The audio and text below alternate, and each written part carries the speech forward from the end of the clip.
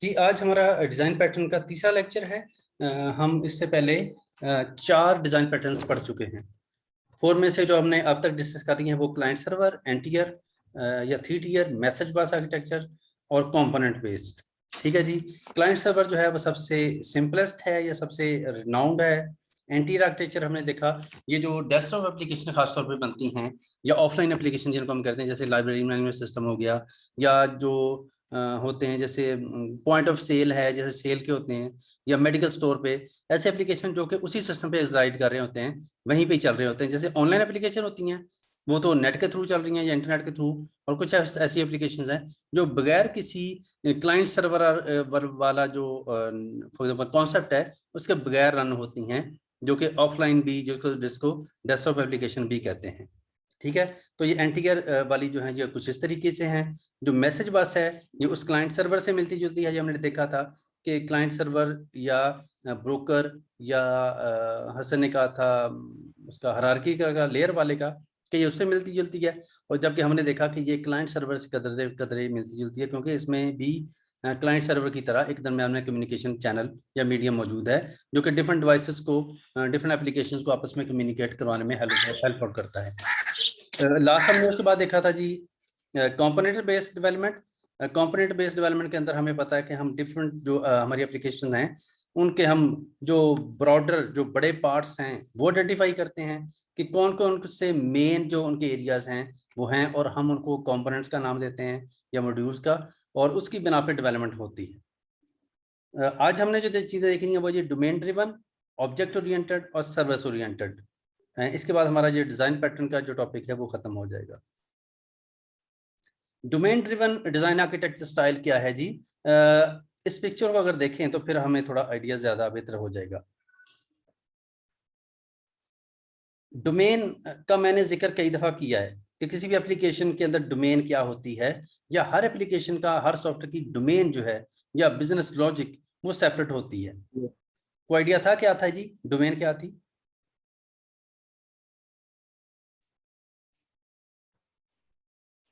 Sir domain आप ये थी कि उस सॉफ्टवेयर किस पर्पस के लिए बनाया जा रहा है, उसकी वर्किंग डोमेन क्या है। मसलन पर्पस तो ये भी हो सकता है कि मैं सॉफ्टवेयर इसलिए बनवा रहा हूँ, मैं क्लाइंट हूँ, सॉफ्टवेयर इसलिए बनवा रहा हूँ कि ताकि मेरा काम जो है एफिशिएंट हो जाए।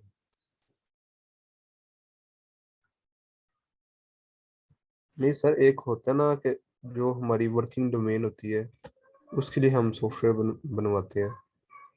वो क्या है, या बयान करो ना, या तो लफ्ज एग्जांपल दो। मैंने तो तुम्हें एग्जांपल दे दी कि मैं इसके मुताबिक तो ये समझ रहा हूँ। सर एक क्लाइंट है, जैसे हम ये डिपार्टमेंटल स्टोर ले लेते हैं कोई, हम्म। वो अपने स्टोर के लिए बनवाना चाहता है, एक सॉफ्टवेयर बनवाना चाहता है। ठीक है। तो अब वो जो सॉफ्टवेयर होगा ना, वो उसकी डोमेन के लिए होगा कि वो अपने स्टोर के लिए वो काम करवाना चाहता है कि प्रोडक्ट वगैरह ऐड वगैरह करवाना, और ठीक। कस्टमर के लिए वो इनवॉइस वगैरह, तो वो उसके लिए है, वो डोमेन होगी फिर वो। ठीक है। अच्छा जी, इसका मतलब है कि किसी भी एप्लीकेशन का या किसी भी बिजनेस का जो वर्किंग का स्टाइल है, जो काम करने का तरीकाकार है, वो उसकी डोमेन है। कि जैसे मैंने पहले भी एग्जांपल दी थी कि हॉस्पिटल है, तो हॉस्पिटल की अपनी डोमेन ये है, या अपना उसका बिजनेस लॉजिक ये है कि उसके अंदर पेशेंट्स हैं, डॉक्टर्स हैं, टेस्ट हैं, लेबोरेटरी है, वार्ड हैं, कमरे हैं, ये सारी इसकी अंदर की कहानी है, ये उसकी दुनिया है। ठीक है। और ये दुनिया जो है वे एक अपने तरीके से चलती है। एक पेशेंट आता है, वो इमरजेंसी में जाएगा या इंडोर में आउटडोर में जाएगा, एडमिट होगा या वहीं से फारिग हो जाएगा, टेस्ट उसके होंगे, ऑपरेशन होगा, ये सारी कहानियां जो हैं ये उसकी डोमेन है। ठीक है। ये उसकी बिजनेस लॉजिक है।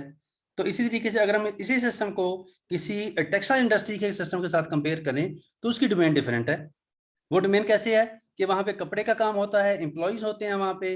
ठीक है। उसके डिफरेंट डिपार्टमेंट्स होते हैं, कहीं पे कपड़ा जो है वो खरीदा जा रहा है, कहीं पे कपड़ा डाई हो रहा है, कहीं पे प्रिंट हो रहा है, कहीं पे कटिंग हो रही है, इस तरह की कहीं पे क्वालिटी चेक हो रही है। ये सारी कहानी जो है ये टेक्सटाइल इंडस्ट्री की है, ये अलग डोमेन है। ठीक है। तो हर इंडस्ट्री की अपनी डोमेन है। अब डोमेन के अंदर मिसाल के तौर पे कोई भी एप्लीकेशन आप ले लें, जैसे लाइब्रेरी मैनेजमेंट सिस्टम है, या फैक्ट्री के ही एग्जांपल ले लें कि एक फैक्ट्री है, टेक्सटाइल इंडस्ट्री है, तो उसके डिफरेंट डिपार्टमेंट्स जो हैं उनकी फर्दर अपनी डोमेन है।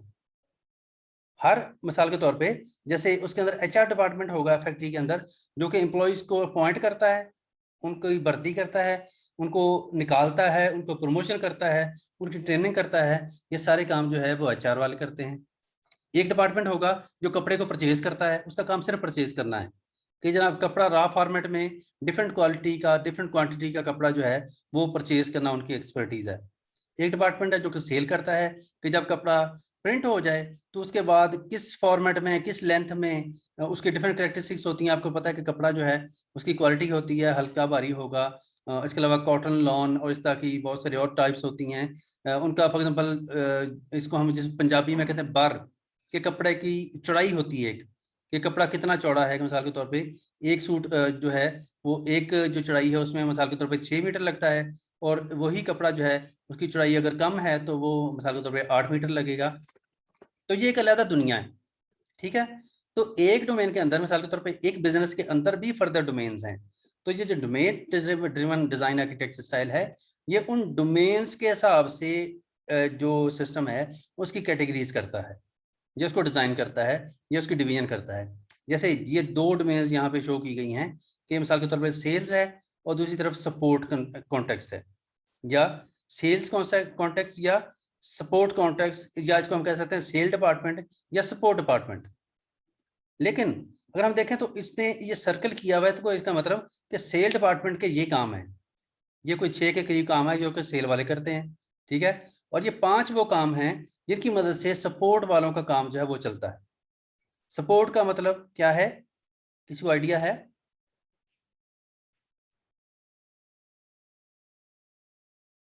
जैसे कस्टमर सपोर्ट सेंटर होता है, इसका टास्क क्या होता है आम डेली लाइफ में? सर जी इनका काम यही होता है कि आपको अपडेट्स प्रोवाइड करना और साथ आपको यानी कि आपके वो ट्रबल शूटिंग वगैरह के लिए हेल्पफुल होता है सर ये। क्या ऐसा हो सकता है कि सपोर्ट किसी ऑर्गेनाइजेशन के अंदर सेल का डिपार्टमेंट ना हो लेकिन सपोर्ट का हो? सपोर्ट होती है इसी के लिए ना, सेल्स के लिए। कोई आपको कोई मुश्किल आ रही है, जैसे हमारे उबर है, उनका ये होता है सपोर्ट सेंटर या सर्विस सेंटर होता है, या जैसे कस्टमर मिसाल के तौर सेंटर पे भी आपको होता है। लैपटॉप या सेल फोन खरीदें, ठीक है, तो आपको पता है कि अगर आपका वारंटी के अंदर है, कोई मसला आ गया है या वैसे भी कोई इशू है, तो आप फौरन उनकी हेल्पलाइन पे कॉल करते हैं या उनके कस्टमर सपोर्ट सेंटर पे चले जाते हैं, ठीक है, कि जनाब ये तो मैंने परसों अभी सेल फोन खरीदा है, वारंटी के अंदर है और आज ये चल नहीं रहा, ठीक है। तो क्या सपोर्ट सेंटर वाला जो है वो बगैर सेल्स की कोऑर्डिनेशन के आपको एंटरटेन करेगा? No sir. ये अगर देखें, ये थोड़ा सा अगर देखें तो ये जो दरमियान में कनेक्शन मौजूद है दोनों डोमेन्स का यहाँ पे, इसका मतलब यह है कि जब भी आप सेल फोन लेके जाएंगे ना कस्टमर सपोर्ट सेंटर के पास, तो वो फौरन अपना रिकॉर्ड चेक करेंगे सेल्स के हवाले से, या सेल्स वालों को क्वेरी भेजेंगे कि जनाब ये सिस्टम जो है मेरे पास आया, सेल फोन आया कि ये बंदा कह रहा है, ये क्लेम कर रहा है कि ये वारंटी के अंदर है, तो पहले देख तो लें कि जनाब ये वारंटी के अंदर बाकी है कि नहीं है, और क्या ये हमारा ही ब्रांड है। वो सारी चीजें जो है वो आपस में कनेक्टेड होंगी तो कंफर्मेशन होगी। जैसे कंफर्मेशन हो जाएगी तो वो फौरन आपकी जो भी टर्म्स एंड कंडीशन है उसके मुताबिक आपको सर्विस प्रोवाइड कर देंगे, ठीक है। तो यहाँ पे क्या हो रहा है कि जो डोमेन्स हैं उसके हिसाब से उन्होंने डिवीजन की हुई है ओवरऑल एप्लीकेशन की, कि हर डोमेन जो है वो कैसे काम करती है, और यहाँ पे ये भी है कि हर डोमेन का आपस में कनेक्शन है कि नहीं है, क्या होना चाहिए कि नहीं होना चाहिए। क्योंकि ऐसा पॉसिबल है कि जनाब कोई भी बंदा बगैर किसी सबूत के उनके पास सेल फोन लेके चला जाए और उनसे कहे जनाब ये मैंने आपसे खरीदा था, ये वारंटी के अंदर, तो काइंडली इसको ठीक कर दें। और ये कभी भी ऐसा नहीं होगा कि सपोर्ट सेंटर वाले बगैर उसको चेक किए उसका रिकॉर्ड आपको सर्विस दे दें, ठीक है। अगर ऐसा होना शुरू हो जाए तो फिर हर बंदा ही रिपेयर ना कराए, फिर इनके पास चला जाए और झूठ अपनी झूठ की गलत स्टेटमेंट की बिना पे उनसे सर्विसेज ले ले। इसी तरीके से उसकी एक और एग्जांपल है कि डिफरेंट डोमेन्स जो हैं वो कैसे काम करती हैं, या डोमेन्स क्या होती हैं और आपस में कैसे कोऑर्डिनेट करती हैं, ठीक है। ये अकाउंट्स की डोमेन है, पेमेंट की है। जैसे इसने क्या किया कि एक जो मेन डोमेन है उसको फर्दर 2 सब डोमेन के अंदर चेंज कर दिया है, ये डिवाइड कर दिया है। तो ये डिपेंड करता है कि आप किसी भी सिस्टम को कितनी डेप्थ में डिवाइड करते हैं ताकि आपकी जो अंडरस्टैंडिंग है वो बेहतर हो जाए। क्योंकि जब तक आप चीज़ों को डिवाइड नहीं करेंगे, उसको डेप्थ में सेग्रीगेट नहीं करके लेके जाएंगे, तब तक आपकी अंडरस्टैंडिंग नहीं बन सकती। ये बिल्कुल ऐसे ही है कि शायद आपने कहीं पे सॉफ्टवेयर इंजीनियरिंग के अंदर शायद आपने पढ़ा हो कि सॉफ्टवेयर की कॉस्ट और टाइम कैलकुलेट किया जाता है, और उसके लिए बकायदा डिफरेंट टेक्निक्स अवेलेबल हैं, जैसे कुकोमो मॉडल है एक। किसी ने सुना है ये पढ़ा है? यस सर, पढ़े। कुकोमो मॉडल, कंस्ट्रक्टिव कॉस्ट मॉडल उसको कहते हैं। ये वो मॉडल है जो कि आपको अभी अगर आप सॉफ्टवेयर इंजीनियर हैं या प्रोजेक्ट मैनेजर हैं, तो ये मॉडल आपको हेल्प आउट करता है कि आप जरा शुरू में अंदाजा लगाएं कि आपकी एप्लीकेशन जो क्लाइंट ने आपको देनी है बनाने के लिए, वो कितने पैसों में बनेगी, ये कितने टाइम में बनेगी। और ये काम जो है ये बड़ा टेक्निकल है, ये आप ऐसे ही मुंह उठा के नहीं कर सकते। इसके लिए आपको ना कोई टेक्निक फॉलो करनी पड़ती है, जिसमें कुकोमो मॉडल एक है। तो आप क्या करते हैं, उस ओवरऑल एप्लीकेशन को डिवाइड करते हैं डिफरेंट पार्ट्स के अंदर, और ये अंदाजा लगाने की कोशिश करते हैं कि ये इसके कितने सब एक्टिविटीज होंगी और हर एक्टिविटी पे कितना टाइम आएगा, और एवरेज ओवरऑल करते करते ओवरऑल एप्लीकेशन जो है कितने टाइम में बनेगी। क्योंकि अगर आपको फर्स्ट टाइम को क्लाइंट मिले हॉस्पिटल मैनेजमेंट सिस्टम का, तो आप ऐसे ही मुंह उठा के नहीं कह सकते कि जनाब ये 1.5 माह के अंदर बन जाएगा सॉफ्टवेयर, या ये हफ्ते के अंदर बन जाएगा, या 3 साल के अंदर बनेगा। उसके लिए आपको थोड़ी सी इनिशियल प्लानिंग करनी पड़ती है। आप चीजों को डिवाइड करना शुरू कर देते हैं कि आप देखेंगे यार हॉस्पिटल मैनेजमेंट सिस्टम है, तो इसके अंदर बड़े बड़े डिपार्टमेंट क्या हैं, और हर डिपार्टमेंट कैसे काम करता है, हर डिपार्टमेंट पे कितना लोड होता है, कितने फंक्शन परफॉर्म करता है, वो सारी कहानी अगर करते करते डिवाइड करते करते आप ग्रास रूट लेवल तक पहुंच जाते हैं, और फिर रिवर्स उसको कैलकुलेट करना शुरू कर देते हैं कि यार कितनी क्या एक्टिविटीज हैं, हर एक्टिविटी पे तकरीबन कितना टाइम लगेगा। वो करते करते तमाम एक्टिविटीज का टाइम और कॉस्ट जो है कैलकुलेट करते करते आप टॉप पे आ जाते हैं, और फिर आपका अंदाजा होता है कि यार ये एप्लीकेशन जो है वो फॉर एग्जाम्पल 3 लाख के अंदर बन जाएगी, और हमें कोई 2 माह इसके लिए दरकार होंगे। ठीक है, तो ये काम जो है जब तक आप चीजों को सेग्रीगेट नहीं करते, डिवाइड नहीं करते सब एक्टिविटीज के अंदर, तब तक ये काम पॉसिबल नहीं है। डोमेन ड्रिवन जो उसकी कहानी है सारी कि ये डोमेन ड्रिवन डिजाइन क्या है, ये कैसे अप्लाई होता है, ये सारी डिटेल जो है ये हम देख रहे हैं इसके अंदर, या मैंने जनरली आपको बताई कि डोमेन ड्रिवन जो है वो आमतौर पर किसी भी बिजनेस की जो इंटरनल वर्किंग है उसको जेन में रखते हुए जो डिजाइन पैटर्न है वो डिजाइन किया जाता है। ठीक है, इसमें कम्युनिकेशन है, कि कम्युनिकेशन का मतलब कि डिफरेंट जो कंपोनेंट्स हैं जो उस डोमेन के, वो आपस में कोऑर्डिनेट करते हैं, क्योंकि अभी हमने देखा इस पिक्चर के अंदर जो कोऑर्डिनेशन है उसके बगैर काम नहीं चलता। ये दोनों के दरमियान में यहाँ पे कोऑर्डिनेशन हो रही है, दोनों कंपोनेंट्स के आपस के दौरान, क्योंकि इंडिपेंडेंटली कोई भी कंपोनेंट काम नहीं कर सकेगा। जिसकी एग्जांपल मैंने अभी दी थी कि जनाब अगर आप कस्टमर सपोर्ट सेंटर पे जाते हैं तो बगैर आपका रिकॉर्ड वेरीफाई किए वो आपको सर्विस नहीं देंगे। ठीक है, तो ये कंपोनेंट दूसरे कंपोनेंट के साथ जुड़ा हुआ है। सेल्स का डाटा आपका यहाँ पे पड़ा कि फॉर एग्जांपल किस डेट को कौन सा बंदा कौन सी डिवाइस लेके गया था एंड पॉसिबल है कि वहां पे आपका उन्होंने CNIC इसके अंदर एंटर किया हो कि फलां CNIC जो है अफाक साहब वो एंड्रॉयड का ये सेट लेके गए हैं। तो जब तक वो डिटेल पूरी नहीं होगी तो तब तक जनाब ये जो इन्फॉर्मेशन है ये सर्विस आपको नहीं मिल सकती। ये सिस्टम जो है ये एक्सटेंसिबल है, तो मिसाल के तौर पे इसको एक्सटेंड करना कोई इशू नहीं। ये अभी हमने देखा एक्सटेंसिबल क्या होता है कि जब चीजों को कंपोनेंट बेस के लेके चलते हैं अलग-अलग हिस्सों के अंदर डिवाइड करके, तो फिर इसके अंदर जितने मर्जी कंपोनेंट और ऐड करते जाएं और आपस में कोऑर्डिनेट करते जाएं, उसका ओवरऑल जो डिजाइन है उस पर कोई इम्पैक्ट नहीं होगा। इसके अलावा टेस्टेबिलिटी इसकी अच्छी चीज है कि जनाब जब अलग-अलग चीजें बनी हैं तो चीजों को टेस्ट करना, उनको मॉनिटर करना, उनको ऑडिट करना बड़ा आसान होता है। ये ऐसे ही है कि जैसे आपने 5 बंदे अगर बिठाए हुए हैं और 5 बंदों को अलग अलग टास्क दिया हुआ है, और आपको पता है कि हर बंदा क्या टास्क परफॉर्म कर रहा है, तो फिर आप बड़े आसानी से देख लेंगे कि कौन सा टास्क नहीं हुआ, और अगर एक टास्क नहीं हुआ तो वो किसने टास्क नहीं किया। लेकिन अगर आप, ये मैं पहले भी एग्जांपल देता रहता हूँ कि अगर आपने 5 बंदे आपके पास हैं और आपने एक टास्क ऐसे ही अनाउंस कर दिया कि जनाब ये नहीं ये काम करें, और कल को वो काम ना हो, तो फिर आप किसी एक बंदे को या किसी स्पेसिफिकली किसी बंदे को पॉइंट आउट नहीं कर सकते यार तुमने काम नहीं किया। नेक्स्ट है G object oriented architecture style. ऊप आपने पढ़ी हुई है, ठीक है, और आपको पता है कि ऑब्जेक्ट क्या होता है। कोई बंदा बता देगा जी ऑब्जेक्ट क्या था?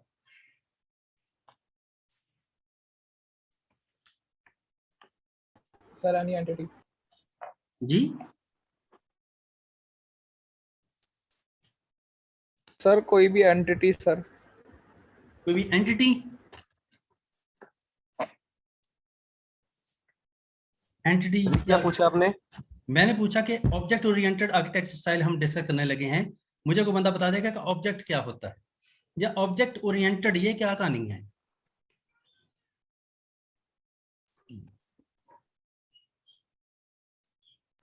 सर ऑब्जेक्ट जिसमें हम होता है ऑब्जेक्ट की एक बात करते इंस्टेंस, हैं। एक इंस्टेंस होता है जिसमें हमारे ना सारे मेंबर फंक्शन और साथ हमारे एट्रीब्यूट्स उस इंस्टेंस के थ्रू हम असेस कर सकते हैं।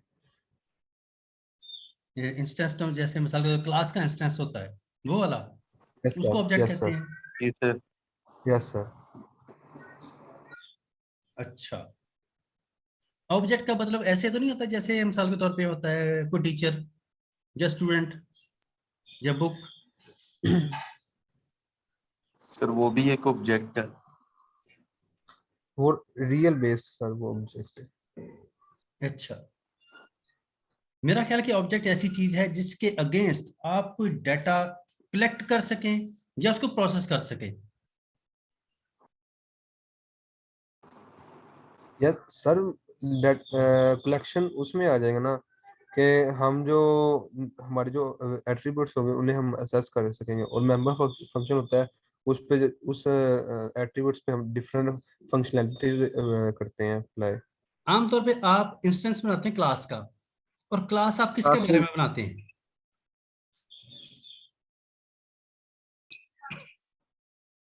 क्लास सर किसी भी हम जो है बना सकते हैं। मसलन कोई एग्जाम के मतलब एग्जाम की क्लास हो सकती है,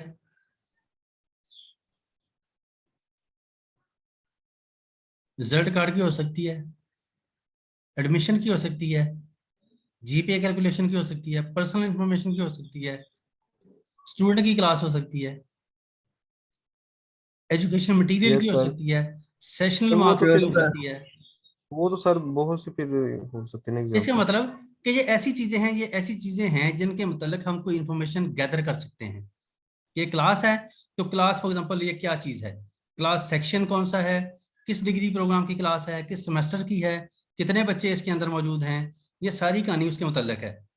ठीक है, एक बुक है तो बुक जनाब उसका ऑथर कौन है, उसका टाइटल क्या है, इसका एडिशन कौन सा है, 5वां 6वां 7वां, ये पब्लिश किस ईयर में हुई, किस कंपनी ने इसको पब्लिश किया, इसके पेजेस कितने हो सकते हैं, ये चैप्टर क्या है, या इसकी डोमेन या इसकी कैटेगरी कौन सी है, ये सारी उस बुक की इंफॉर्मेशन है। तो हम क्या करते हैं कि इस ऑब्जेक्ट ओरिएंटेड के अंदर हम रियल लाइफ जो ऑब्जेक्ट्स हैं, जो कोई भी ऑब्जेक्ट जिसके अगेंस्ट को डाटा हम इकट्ठा कर सकें, कलेक्ट कर सकें, जो उस डाटा को प्रोसेस कर सकें, हम उसको ऑब्जेक्ट करते हैं। ठीक है, तो ऑब्जेक्ट ओरिएंटेड जो स्टाइल है उसके अंदर हर चीज को एज ए ऑब्जेक्ट कंसिडर किया जाता है ताकि उसके मुताल्लिक कोई ना कोई इन्फॉर्मेशन जो है वो स्टोर की जा सके, और जो इन्फॉर्मेशन है वो डिफरेंट ऑब्जेक्ट्स आपस में शेयर करते हैं। जैसे क्लासेस जो हैं वो एक दूसरे को एक्सटेंड करती हैं, इनहेरिट करती हैं, और आपस में की जो फंक्शनैलिटी है उसको बेसिकली मल्टीपल जो क्लासेस हैं वो आपस में शेयर करती हैं या यूज करती हैं। ऐसे ही है जैसे मल्टीपल इनहेरिटेंस है या मल्टी लेवल है, कि आप एक क्लास के बाद दूसरी कर लें, दूसरी के बाद तीसरी कर लें, तो जो तीसरी होगी उसके अंदर पिछली दोनों क्लासेस का डाटा भी उसके अंदर मौजूद होगा। क्या ख्याल है? ये सर अगर हम लोग पिछले दोनों क्लासेस से उसे इनहेरिट किया होगा, वो पेरेंट चाइल्ड होगी थर्ड हम्म, वाले की, तो फिर वो उसमें थर्ड वाले में पहले दोनों क्लासेस के जो एट्रीब्यूट्स हो गए उन्हें हम असेस कर सकते हैं, बिल्कुल होंगे। अगर वो प्राइवेट नहीं है तो। जी बिल्कुल, वो एक्सेस मेथड जो है वो अलग चीज है, वो अलग कहानी है। बहरहाल इसमें क्या है कि जो डिफरेंट ऑब्जेक्ट्स हैं वो आपस में कोऑर्डिनेट करते हैं। अगर आपको थोड़ा सा याद हो, इससे प्रीवियस जो हम देख चुके हैं उसमें हमने कंपोनेंट्स की बात की थी कि ओवरऑल जो सिस्टम है कोई भी सॉफ्टवेयर उसको हम कंपोनेंट्स में डिवाइड करके फिर देखते हैं या फिर उसका डिजाइन बनाते हैं कि इसके अंदर बड़े बड़े पार्ट्स क्या हैं, जबकि इसमें हम कंपोनेंट्स की बजाय उसके जो फर्दर ऑब्जेक्ट्स हैं उसको हम देखते हैं कि वो ऑब्जेक्ट्स क्या हैं। और कि आपका क्या ख्याल है कि ऑब्जेक्ट बड़ी चीज है या कंपोनेंट बड़ी चीज है? एक कंपोनेंट के अंदर ज्यादा ऑब्जेक्ट हो सकते हैं, ये एक ऑब्जेक्ट के अंदर ज्यादा कंपोनेंट हो सकते हैं। सर एक कंपोनेंट के अंदर ज्यादा ऑब्जेक्ट्स हो सकते हैं।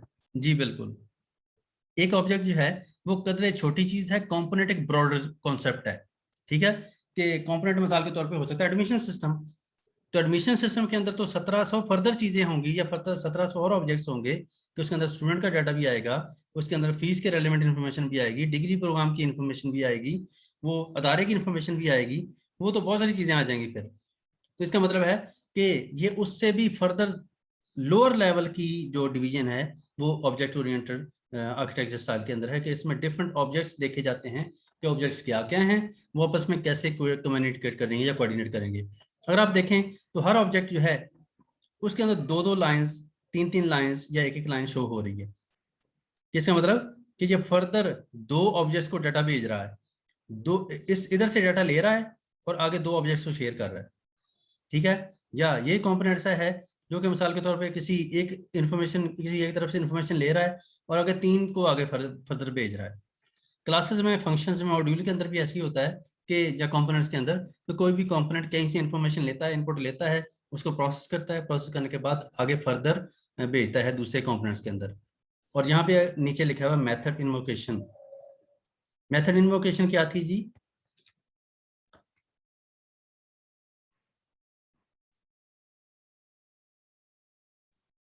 मेथड इन्वोक करना या method invocation.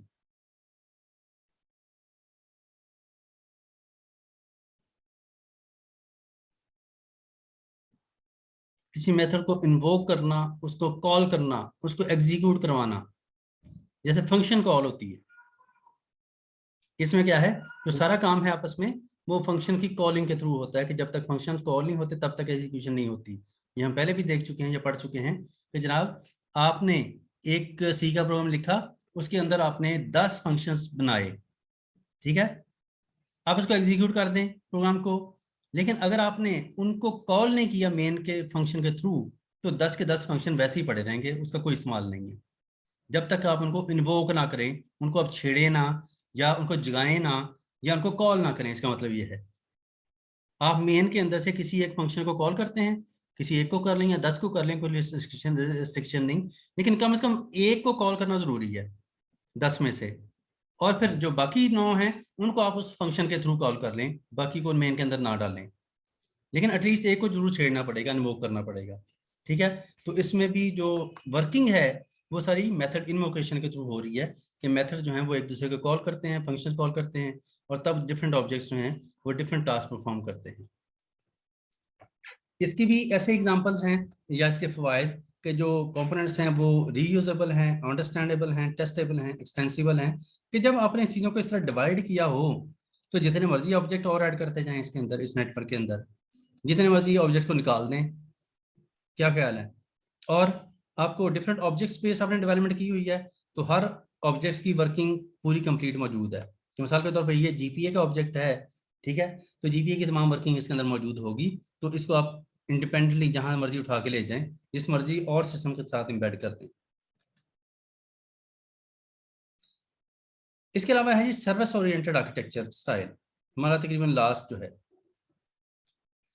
Service oriented architecture, आपको पता है कि सर्विसेज का एक नेटवर्क है दुनिया के अंदर, उस नेटवर्क को क्या कहते हैं?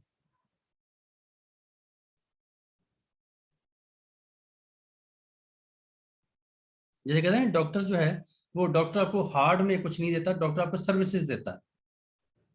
ठीक है, तो दुनिया के अंदर भी एक नेटवर्क मौजूद है कंप्यूटर साइंसेस की दुनिया के अंदर, को जो कि सर्विसेज देता है एक दूसरे को, उस नेटवर्क का एक नाम है। यस सर, iOS सब नहीं सर, ऐसा कुछ था। iOS? यस सर, ऐसे कुछ है, एसओ है, पता नहीं उसकी शॉर्ट फॉर्म। SOS? ये सर्विस, नो सर, एसओ तो नहीं है। कोई बंदा तुक्का लगाओ, जरा गौर करो। सर अभी नेट से सर्च करके बताते हैं। नहीं, नेट से क्यों सर्च करना यार, ये तो बड़ी कॉमन टर्म है, हर बंदा बंदा जानता है। यस सर, आई जहन में नहीं आ रही। क्या कहा? आईएसओ। ये सब खुदा का खौफ करो यार। सर जी फिर पता नहीं क्या है, आप भी बता आईएसओ दें तो एक ऐसी मुझे। ऑर्गेनाइजेशन जो कि स्टैंडर्ड्स मुतारफ कराती है या देती है, बनाती है, या गाइडलाइंस बनाती है कोई भी काम करने के लिए, यस सर, वो दूसरी है। यानी कि चीजों की क्वालिटी को इम्प्रूव करने के लिए गाइडलाइंस बनाते हैं वो। Yes sir. सर्विसेज का नेटवर्क कौन सा है? अभी मैंने नाम लेना तो आपने कहना ओहो। Sir ACM. Sir hello, sir एक सर्विसेज जो हमें देती है ना, वो हमारा इंटरनेट भी है। करीब पहुंच गए हो तुम। Yes sir. सर आप जो सवाल है ना, सवाल है ऐसा करते हैं कि उसका जवाब बड़ा सिंपल सा होता है, आपने जान के उससे कॉम्प्लेक्स बना के हमसे पूछते हैं। नहीं, मैं कॉम्प्लेक्स किया, मतलब मैंने कोई क्वाड्रेटिक फार्मूला डाल दिया इसमें? सर आप मिर्चें लगा के पूछते हैं। मैं सिंपल पूछ रहा हूँ कि ऐसा सर्विसेज का कौन सा नेटवर्क है कंप्यूटर साइंस के अंदर जो कि बड़ा रिनाउंड है, बड़ी दुनिया उससे मुस्तफीद होती है? क्रोम। हेलो, सर आपने कहा तुक्के मारने हैं। तुक्के मारने, तुक्के में और बोंगियों में बड़ा फर्क है। सर नेट सेट हमारा करना। इंटरनेट है जो हमें बहुत सर्विसेज प्रोवाइड करते हैं। वो तो हम मैं तुम्हें अभी इंटरनेट। कहा है कि तुम करीब करीब पहुंच गए हो। सर अब आप ही बता दें।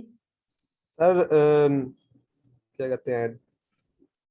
सर इंटरनेट से करीब पीटीसीएल होता है सर जी, उसका राउटर। यार ये जीआर को कहीं बाहर सर नहीं जी गया हो। सर आपने एंड में मिस्टेक करनी है, कोई बात नहीं, अब आप बता दें। क्लाउड,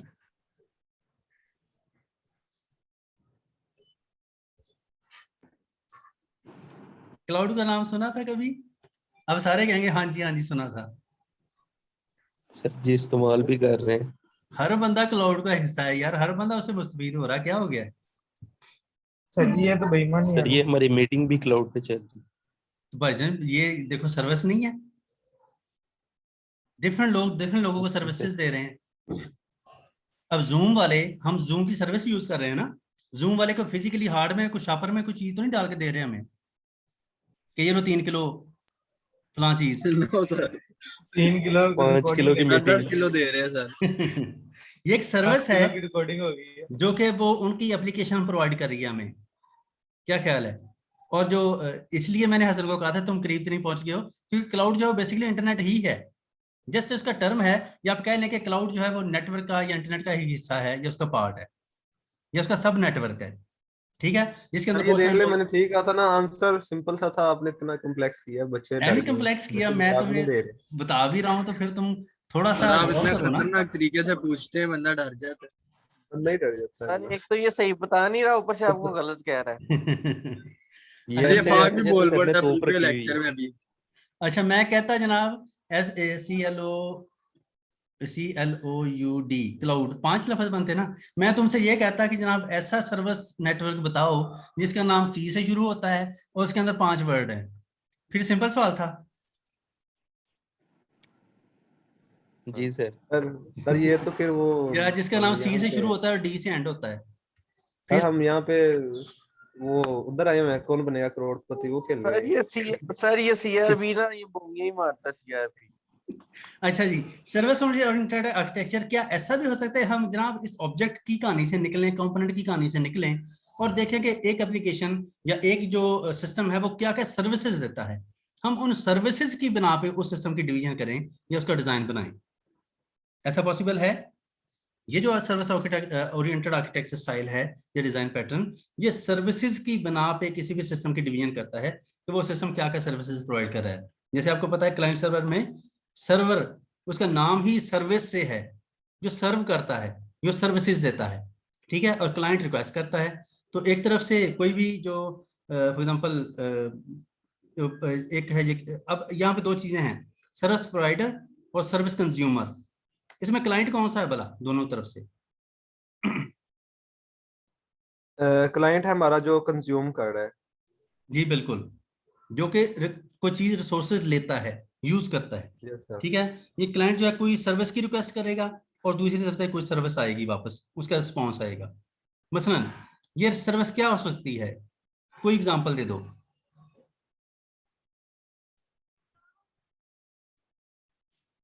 सर काफी एग्जांपलें तो क्लाउड हो आपने गया दे सर। दी हैं। जी सर काफी एग्जांपल है तो आपने दे दिया, अब हमारी एग्जांपल की कोई अहमियत नहीं रहेगी आपके कोई साथ। भी दे दो, कोई एग्जांपल के ये क्लाइंट किस तरह की सर्विस की रिक्वेस्ट दे सकता है, कर सकता है, और वापस जॉब किस फॉर्मेट में आएगा।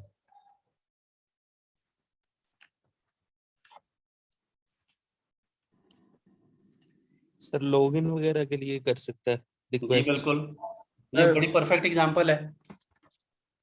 कोई भी जब आप क्लाइंट सर्वर का काम शुरू करते हैं तो आमतौर पे लॉगिन सिस्टम से वो सर्विस का आगाज होता है, जिसको लॉगिन सिस्टम, ये अभी किसने जवाब दिया? अब्दुल हसीब, सर मैंने दिया है। तुम छुट्टी करो। हसीब सर ने दिया? जीआर ने। सर जीआर ने दिया। नहीं, जीआर तो कभी भी नहीं जीआर तो आज पता नहीं क्या चक्कर है उसका। सर आपको उम्मीद ही नहीं है सर। तो ये जान पूछ के ना मुझे मेरी ना रेपुटेशन आपके सामने ना खराब करते हैं, अरे बड़ा लिंक सड़ते लगा हैं कर। क्लास के बच्चे मेरे से। अच्छा, तौबा तौबा, इतनी जलन। सर मैं ये कहने लगा था जवाब ठीक है सर आपका, अभी आप जीआर लेकिन का पोटेंशियल नहीं जानती, बहुत ही ये पाकिस्तान का फ्यूचर है, ब्राइट बस फ्यूचर। करो जीआर का आज को मसला है। जी सर वो बीमार है। अच्छा, मैं ये कहने लगा था तोड़ना जवाब किया ठीक है, लेकिन उसको आपने लॉगिन सिस्टम नेक्स्ट टाइम नहीं कहना। ये आप सारे सुन लें कि इस सिस्टम को आपने Authentication लॉगिन कहना सिस्टम नहीं कहना, इसको यूजर अथेंटिकेशन सिस्टम कहना है। जो Authentication टेक्निकल इसका system। जवाब है, या इसका टाइटल है इस चीज का। यस फर्स्ट पेज, ओके पहले भी सर। समझा चुका हूँ, ये किसी भी समझता नहीं सिस्टम है। पे जो फर्स्ट पेज पे आता है जहां पे आप आईडी पासवर्ड देते हैं और लॉगिन करते हैं ताकि आपको उसकी एक्सेस मिल जाए, उस सिस्टम के अंदर आप एंटर हो जाएं, ये बेसिकली क्या है, ये सिस्टम है जो कि बतौर यूजर आपको ऑथेंटिकेट करता है कि आप इस सिस्टम के लीगल यूजर हैं कि नहीं है। तो इसके लिए जो जनरली कंप्यूटर साइंस के अंदर टर्म यूज होती है वो यूजर ऑथेंटिकेशन सिस्टम है।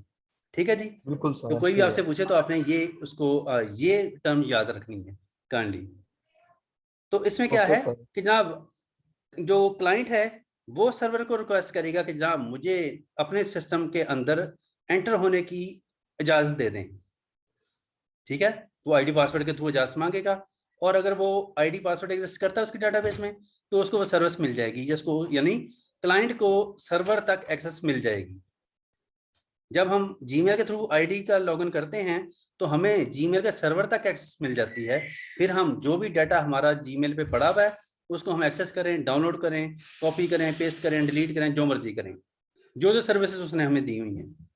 ठीक है, तो ये सर्विस की बिना पे ये क्लाइंट जो सिस्टम है ये चलता है कि जनाब सर्विस क्या क्या हो सकती है। अब इस सर्विस के डिफरेंट पार्ट्स हैं।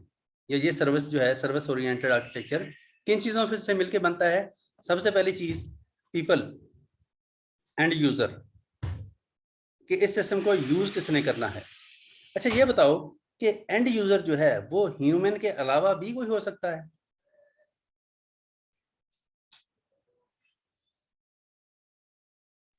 सर नॉर्मली तो ह्यूमन ही होते हैं, वैसे अगर कोई रिपोर्ट वगैरह हो सकता है। रोबोट? रिपोर्ट सर जो कुछ ऐसी चीज होती है जिनका एंड यूजर आगे से कोई और सिस्टम होता है, ये ऐसे हसन भी कह रहा है। scenarios सिस्टम होते हैं। वगैरह। हसन आपने कहा यस सर। कि सर कोई एक दूसरा ऐसी सर्विस भी हो यस सकती है सर। जिसको यूज करने वाला ह्यूमन के अलावा रोबोट भी हो सकता है या कोई और सिस्टम भी हो सकता है। ये दो यस जवाब सर। आए जी सर। और दोनों जवाब बिल्कुल सही हैं। कमाल हो गया सर। सर जी हसीब भाई हैं ही लेजेंड है हमारी क्लास के। जरूरी इधर नहीं है जवाब कि दे दी। एक सॉफ्टवेयर का जो आउटपुट आ रही है उसको यूज करने वाला ह्यूमन ही हो, उस सॉफ्टवेयर की आउटपुट को एक फर्दर एक और सॉफ्टवेयर भी यूज कर सकता है वो, और उसको प्रोसेस करेगा, डाटा को प्रोसेस करने के बाद आउटपुट दे, ऐसा पॉसिबल है। ठीक है, जैसे आपकी बायोमेट्रिक डिवाइस काम कर रही है, अटेंडेंस सिस्टम जैसे होता है, यूनिवर्सिटी में लगी हुई ना फैकल्टी के लिए बायोमेट्रिक डिवाइस, बायोमेट्रिक डिवाइस के अंदर सॉफ्टवेयर मौजूद है। ठीक है जी, वो सॉफ्टवेयर क्या करता है, यूजर से इनपुट लेता है, लेके वो आउटपुट आपको कुछ नहीं देता, वो आगे जो सिस्टम पीछे बैकएंड पे उसके साथ अटैच है उसको ट्रांसफर कर देता है। ठीक है, तो वो जो सिस्टम फर्दर आगे लगा हुआ है वो उसकी बिना पे एम्प्लॉयज की सैलरी कैलकुलेट कर रहा है, एम्प्लॉय की डिडक्शन कैलकुलेट कर रहा है, और भी बहुत सारे काम कर रहा है, और उसके बाद फिर आउटपुट निकलती है। कि किस बंदे की कितनी सैलरी बनती है, किस बंदे ने कितनी छुट्टियां की, कौन सा बंदा कितने दिन लेट आया। क्या ख्याल है? अब ये हो सकता है कि जो रोबोट उसने कहा अभी, इसका मतलब कि एक सॉफ्टवेयर को सॉफ्टवेयर भी यूज कर सकता है और एक सॉफ्टवेयर को एक डिवाइस भी यूज कर सकती है। इनमें फर्क है, ये एक ही बात है।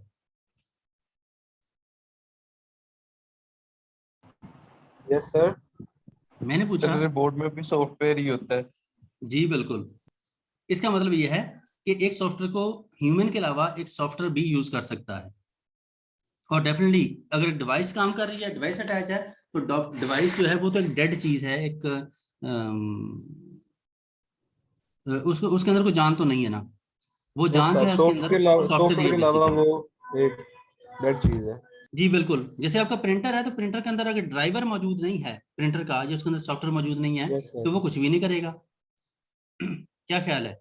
ये ऐसे ही है कि प्लास्टिक, जैसे प्लास्टिक की कोई चीज बनी हो, मिसाल के तौर पर प्लास्टिक का बर्तन हो, तो वो कुछ नहीं कर सकता, कुछ नहीं करता। लोहे की कोई चीज पड़ी हुई है, वो भी कुछ नहीं कर सकती। तो उन्होंने क्या किया, प्रिंटर के अंदर क्या चीज है मौजूद, प्लास्टिक है, लोहा है और इस तरह की चीजें मिला के उन्होंने उसके अंदर जान डाली हुई है। वो जान क्या है, वो उसका ड्राइवर है। ठीक है, तो ड्राइवर क्या है, सॉफ्टवेयर है कि हार्डवेयर है? तो सॉफ्टवेयर है हमारा। सॉफ्टवेयर है। वो छोटी सी रूटीन है, छोटा सा कोड का यूनिट है, जो कि उस सिस्टम को ऑपरेट होने में हेल्प आउट करता है। यस सर, सिस्टम ठीक है, सॉफ्टवेयर है। तो इसका मतलब है कि एक सॉफ्टवेयर को कौन यूज कर रहा है, वो पीपल या वो एंड यूजर, सबसे पहले उसका जानना जरूरी है कि इस सर्विस को यूज करने वाला कौन है। फिर इसके बाद प्रोसेस, कि ये सर्विस किस प्रोसेस के तहत उसको मिलेगी। प्रोसेस का मतलब कि क्या लॉजिक, क्या जमा तफरीक होगी, तो फिर ये सर्विस उसको मिलेगी। जैसे मैं कह रहा हूँ कि मैंने एक अटैचमेंट भेजनी है जीमेल के थ्रू, तो जीमेल की अटैचमेंट भेजने के लिए मुझे पहले उसकी ऑथेंटिकेशन चाहिए, उस तक एक्सेस चाहिए। ठीक है, एक्सेस मिलेगी तो फिर मैं वो काम कर पाऊंगा। मेरा टारगेट जो है वो एक्सेस लेना नहीं, मेरा टारगेट तो असल में है अटैचमेंट भेजना, मेल करना किसी को। उस मेल को करने के लिए मुझे डिफरेंट स्टेप से गुजरना पड़ेगा, जिनमें से एक स्टेप यूजर ऑथेंटिकेशन है। ठीक है, मैं लॉगिन आईडी पासवर्ड दूंगा तो जनाब उसकी बना पे मुझे एक्सेस मिलेगी, फिर मैं अपनी सर्विस जो है उसको यूज कर पाऊंगा। इसके अलावा जो थर्ड चीज है जी, वो है जी प्रैक्टिस। प्रैक्टिस का मतलब एम्प्लॉय बेस्ट प्रैक्टिस मेथोडोलॉजी, कि वो जो सर्विस है वो उसको प्रोवाइड कैसे की जा रही है, उस एम्प्लॉय को, सॉरी उस एंड यूजर को, कि उसका मेथड क्या है। जैसे आपको पता है कि जो डिफरेंट सर्विसेज हैं वो किस तरीके से समटाइम पेड हैं, नॉन पेड हैं, ओपन एक्सेस है, लाइसेंस्ड हैं, या इस तरह की बहुत सारी उसकी टाइप्स हैं। तो ये उसका मोड क्या है, कि प्रैक्टिस जो है वो क्या है, कि सर्विस कैसे आपको प्रोवाइड की जाएगी। जैसे आपको पता है कि समटाइम आप बहुत सारी सर्विसेज फ्री यूज कर रहे हैं, तो सर्विस फ्री यूज की किसी की आपने कभी? सर जोन की कर रहे हैं। बिल्कुल। फिर सीईओ ने हंसने कहना सर आप क्वेश्चन बड़ा घुमा फिरा के करते हैं। नहीं नहीं सर, ये तो सिंपल सा क्वेश्चन। सिंपल, वो भी सिंपल। सर तुम्हारी अब 11 बजे क्लास है।